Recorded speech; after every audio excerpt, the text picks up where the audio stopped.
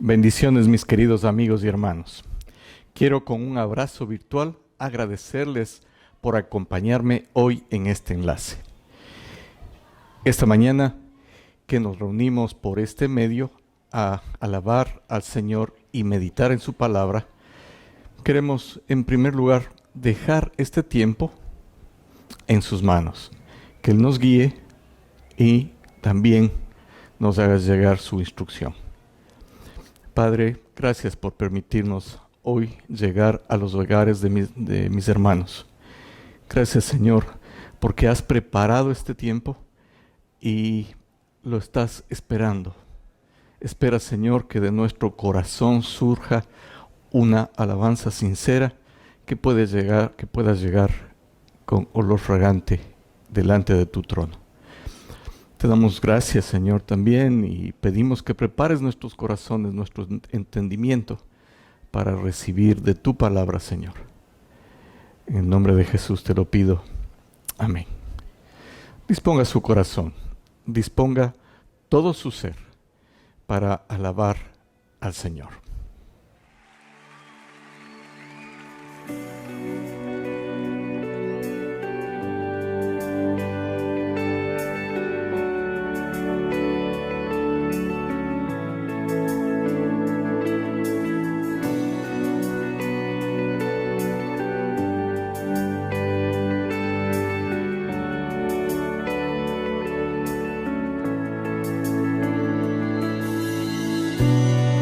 La sangre de Jesús me redimió, me perdonó y libertad me dio. Tu majestad está dentro de mí, por siempre creo en ti, por siempre creo en ti. Me inundas con justicia y gracia cautivó mi corazón. Tu espíritu me guía a la verdad. Tu amor no falla.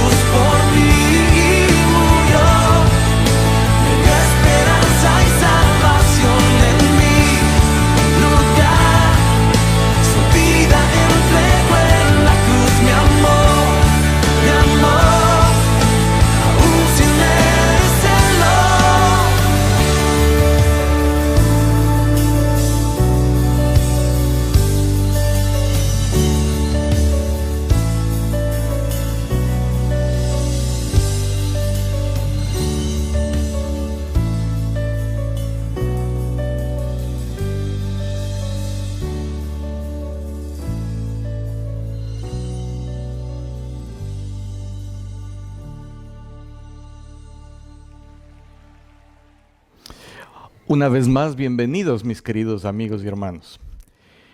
El día de hoy queremos reflexionar con ustedes en el tema La persona del Espíritu Santo vive en mí.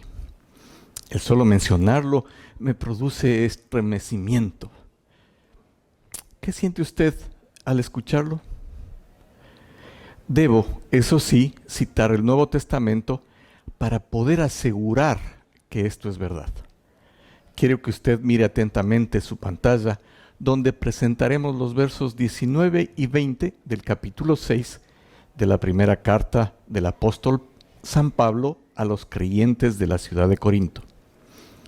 Vamos a leerlo en la traducción del lenguaje actual. El cuerpo de ustedes es como un templo, y en ese templo vive el Espíritu Santo que Dios les ha dado. Ustedes no son sus propios dueños. Cuando Dios les salvó, en realidad los compró, y el precio que pagó por ustedes fue muy alto. Por eso deben dedicar su cuerpo a honrar y a agradar a Dios. ¿Qué siente usted cuando escucha estos versos? Me gustaría poder explicar lo que yo siento y pienso en unas pocas palabras, pero me es imposible. No alcanzan las palabras. Como dicen en la actualidad los jóvenes, bueno, en realidad lo actúan. Me explota el cerebro. Solo puedo prorrumpir en alabanza. Aleluya. Creo que debo explicarme un poco, ¿verdad? Debo empezar diciendo que soy ingeniero estructural de profesión. En un país altamente sísmico como es el nuestro, es una profesión muy desafiante. Sobre los hombros de los diseñadores de edificaciones sismo resistentes pesa una enorme responsabilidad.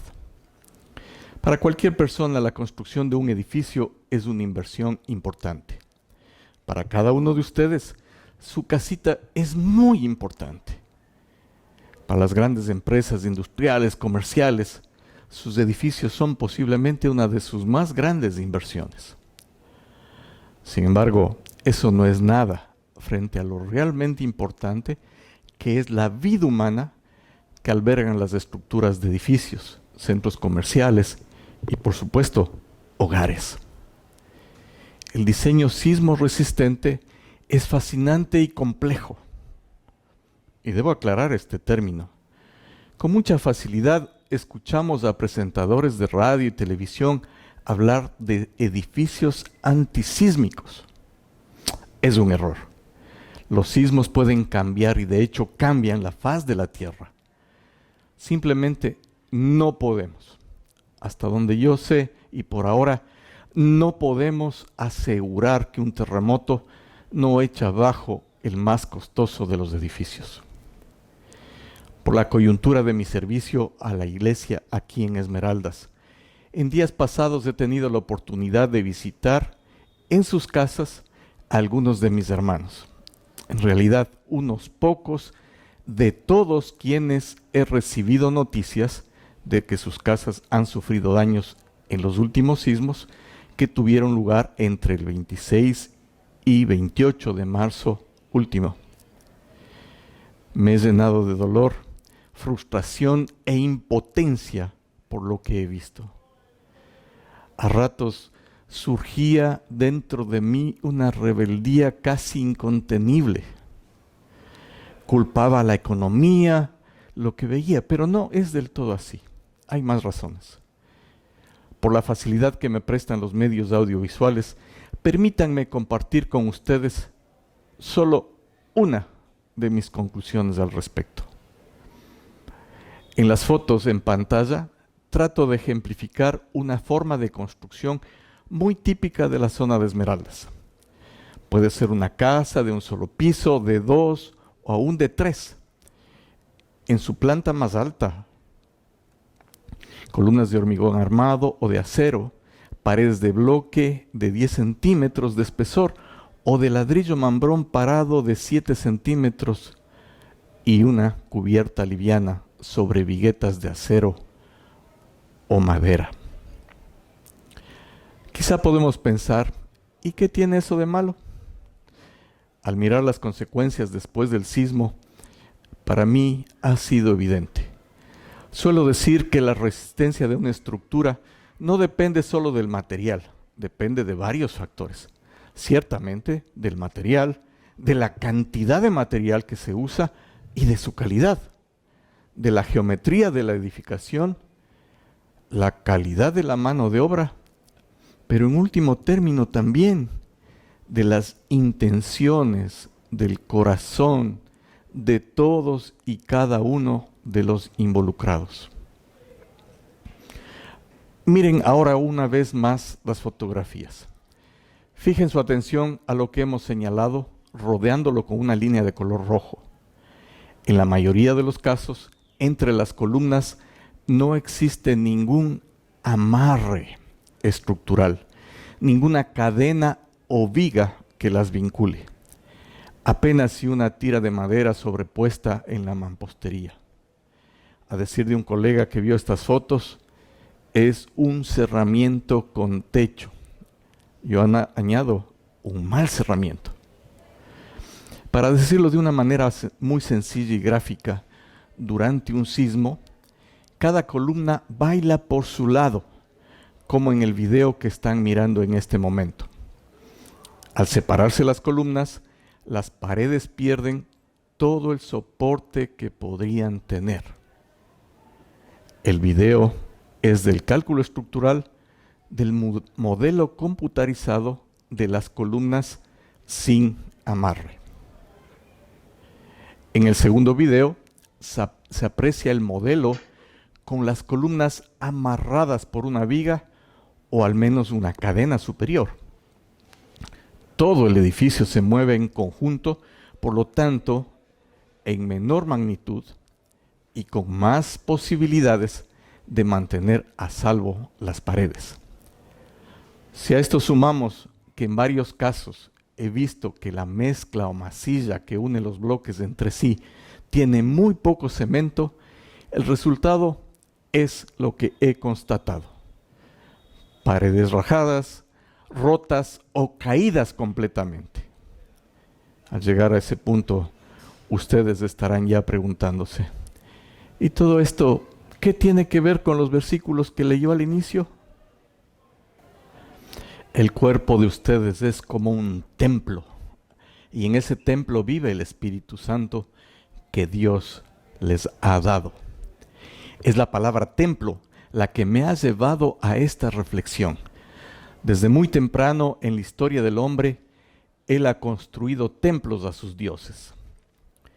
Para cuando el Señor, el único Dios verdadero, permitió que David reuniera los recursos para construir su templo en Jerusalén, ya en Egipto, Babilonia y en Israel se habían edificado templos a diversos dioses. Por esta razón, creo yo, que el solo hecho de que el Dios de Abraham, Isaac y Jacob haya permitido que se construya un templo en su honor ya es un motivo de admiración. Esto nos dice que el Señor tenía grandes propósitos en sus planes.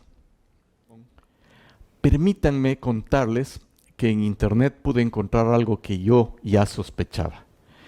La fortuna que David acumuló para la construcción del templo es la cantidad más grande que se haya presupuestado para la edificación de un edificio en toda la historia conocida.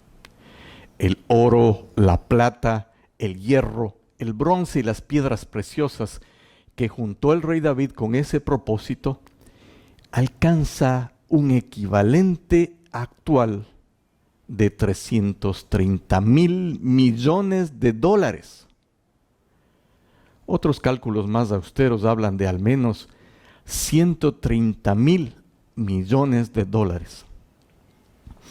Quise tratar de comprender esta cifra comparándola con los costos de algunos edificios actuales. Encontré, por ejemplo, que el costo de los 20 edificios más caros construidos desde 1990 hasta la actualidad suma en total 52,000 millones de dólares. Entre estos edificios está el más alto del mundo, el hotel más lujoso. Apenas es una sexta parte de lo que fue reunido para el templo de Dios en Israel, o menos de la mitad según el cálculo más pesimista. Uno de los más ambiciosos templos actuales es la Iglesia de la Sagrada Familia en construcción en Barcelona, España. Desde la colocación de su primera piedra han pasado ya 136 años. La meta propuesta para su terminación es el año 2026, año en el que se cumplirán 100 años de la muerte de su principal arquitecto, Antoni Gaudí. El presupuesto para la construcción de lo que falta por hacer es de 375 millones de dólares. Al finalizar, se calcula que la construcción habrá costado unos 1,000 millones de dólares. Y el costo de la marca, el valor que le asignan como marca comercial por el turismo, los recuerdos, etc., llega a 90,000 millones de dólares. Lejos todavía del costo del templo en Jerusalén. Surgen algunas preguntas, ¿verdad? Por ejemplo, ¿por qué acumuló tantos recursos para el templo el Señor? Bueno, hay algunas pistas. Según aprendí de uno de mis profesores, la cubierta del templo fue la primera estructura metálica de la historia. Pero fue construida enteramente de oro.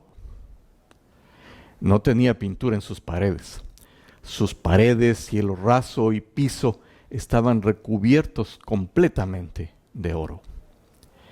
Toda la construcción fue prefabricada en las afueras de Jerusalén. Eso aumenta el costo. Cada piedra, cada pieza de madera fue cuidadosamente preparada, cortada, antes de ser transportada al sitio. No hubo ningún golpe de martillo o cincel en la obra.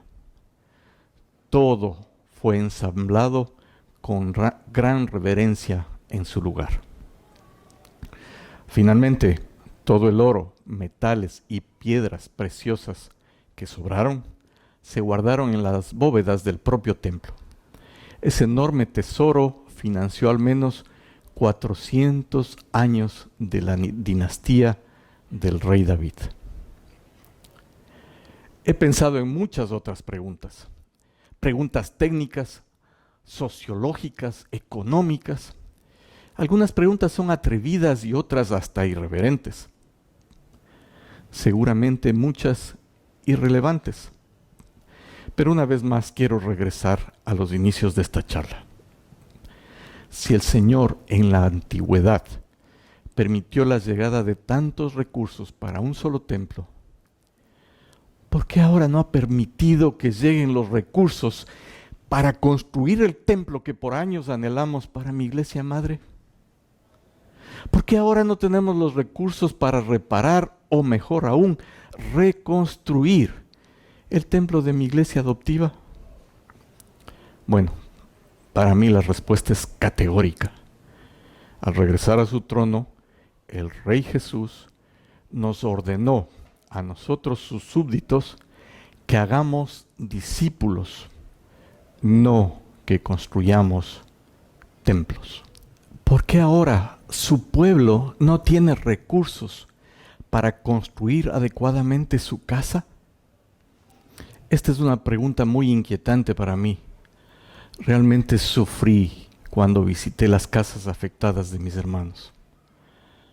Sin embargo, el Señor sí nos ha dado los recursos para construir de una manera segura nuestras casas. Ha permitido que la ingeniería estructural avance de una manera insospechada. Se han encontrado soluciones prácticas y económicas para los problemas que hemos visto. Por cierto, Si usted tiene el problema que ya señalé en su casa, le recomiendo que busque solucionarlo amarrando las columnas con una cadena, por favor. Ya sabemos cómo hacer una buena masilla que una bien los bloques.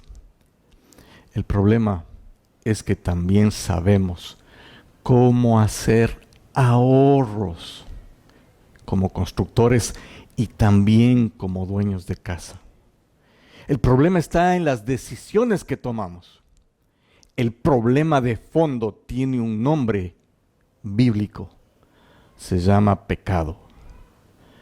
Peca de orgullo el dueño de casa que cree saberlo todo y no busca ayuda profesional. Peca de ambición el ingeniero que trata de aprovecharse de su cliente. Y peca de manera criminal el constructor que usa menos cemento del debido, pero cobra por más. Sin embargo, y a pesar de la trascendencia de todo esto, por el momento, la pregunta más importante para mí es: ¿qué nos dice el Señor a través del costo del templo? Regresemos una vez más a nuestro pasaje de hoy.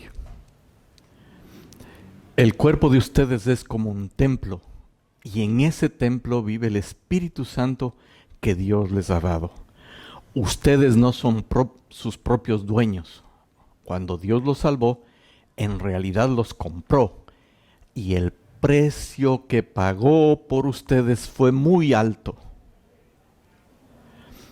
¿Empiezan a verlo como yo? Vale la pena en este momento recordar que la palabra templo en el original tiene la connotación de casa, morada. Ahora, nosotros somos la morada de Dios.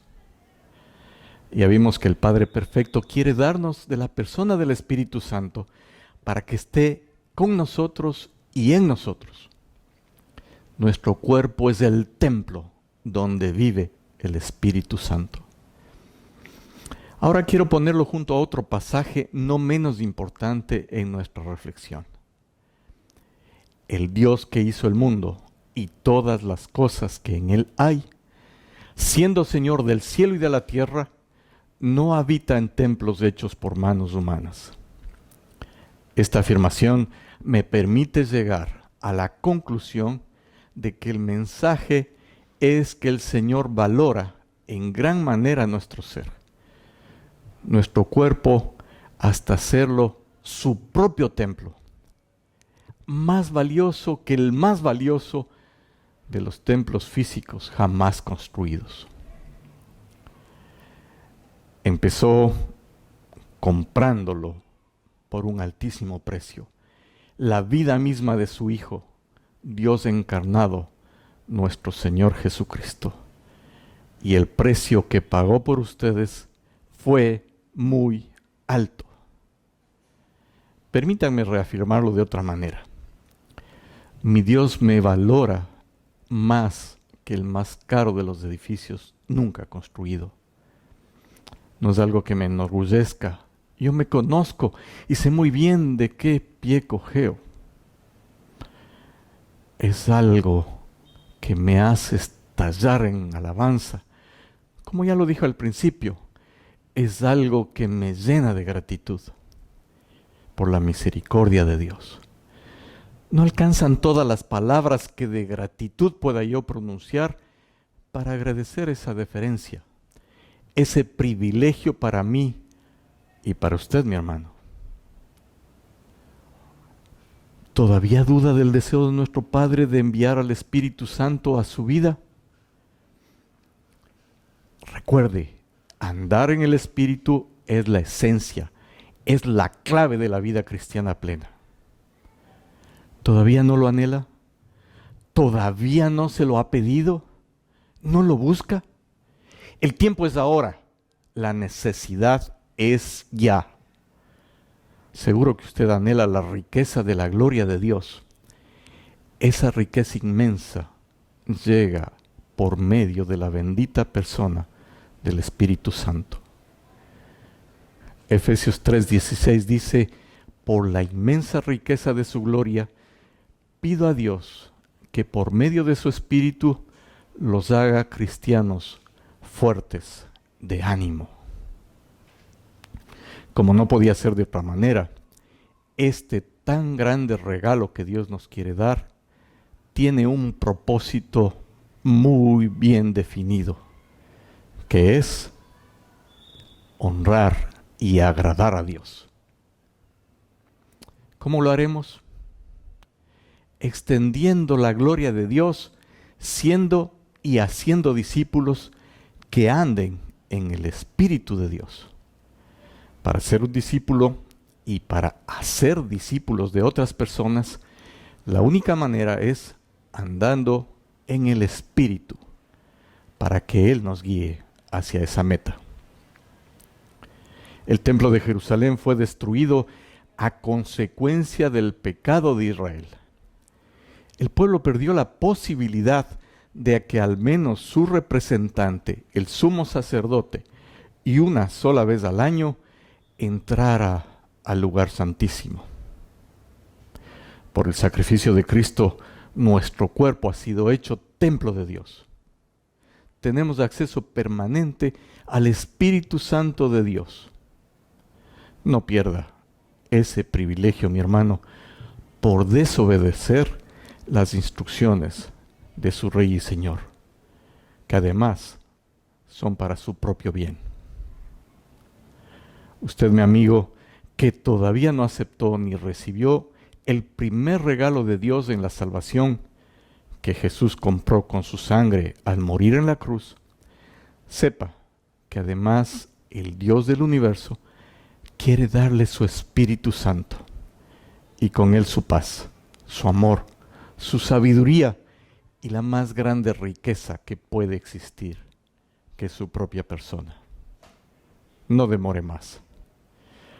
Pida a Jesús que se constituya en su Salvador, pues murió por usted, y que se constituya en su Señor para que le obedezca de hoy en adelante. Luego podrá también anhelar y buscar de la bendición que será el Espíritu Santo en su vida. Es mi anhelo y oración que la persona del Espíritu Santo le bautice y le llene para bendición de su vida y de muchos más. Acompáñenme en una palabra de oración. Padre, gracias.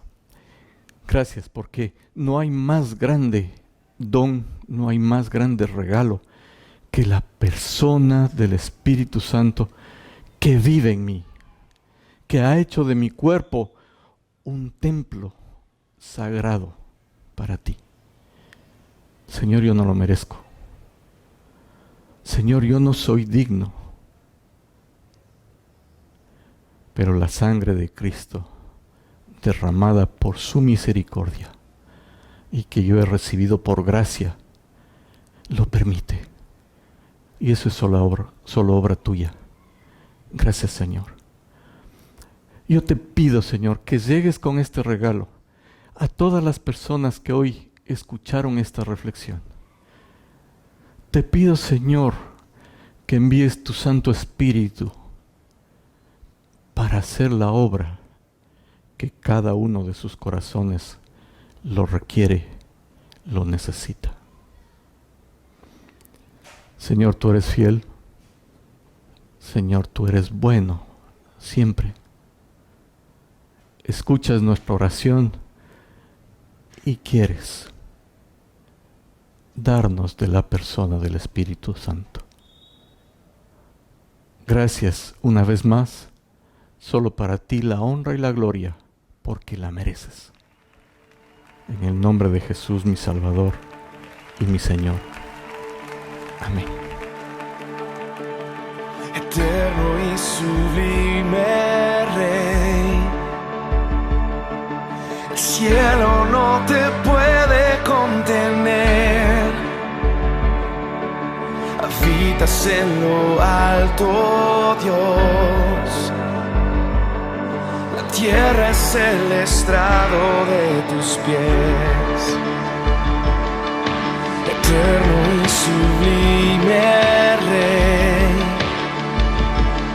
El cielo no te puede contener, habitas en lo alto, Dios. La tierra es el estrado de tus pies. ¿Cómo construir una habitación, un mejor lugar donde puedas descansar? ¿Y cómo construir una habitación que sea un santuario para ti?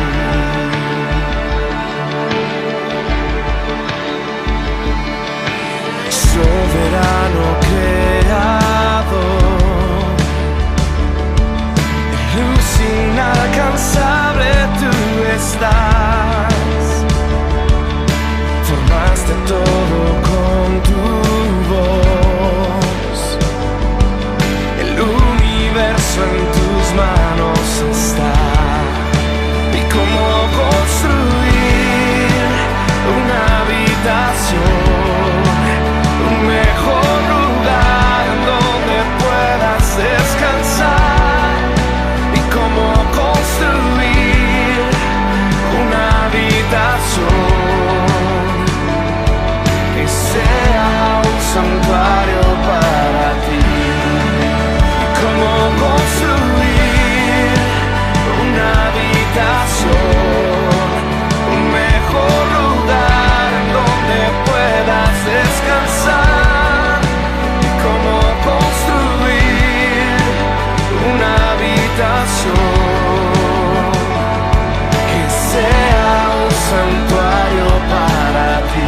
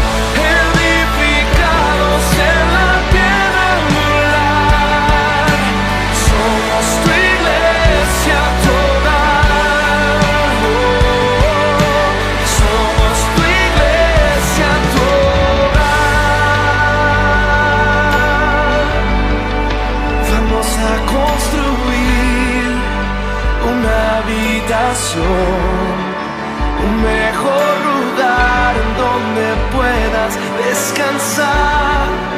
Vamos a construir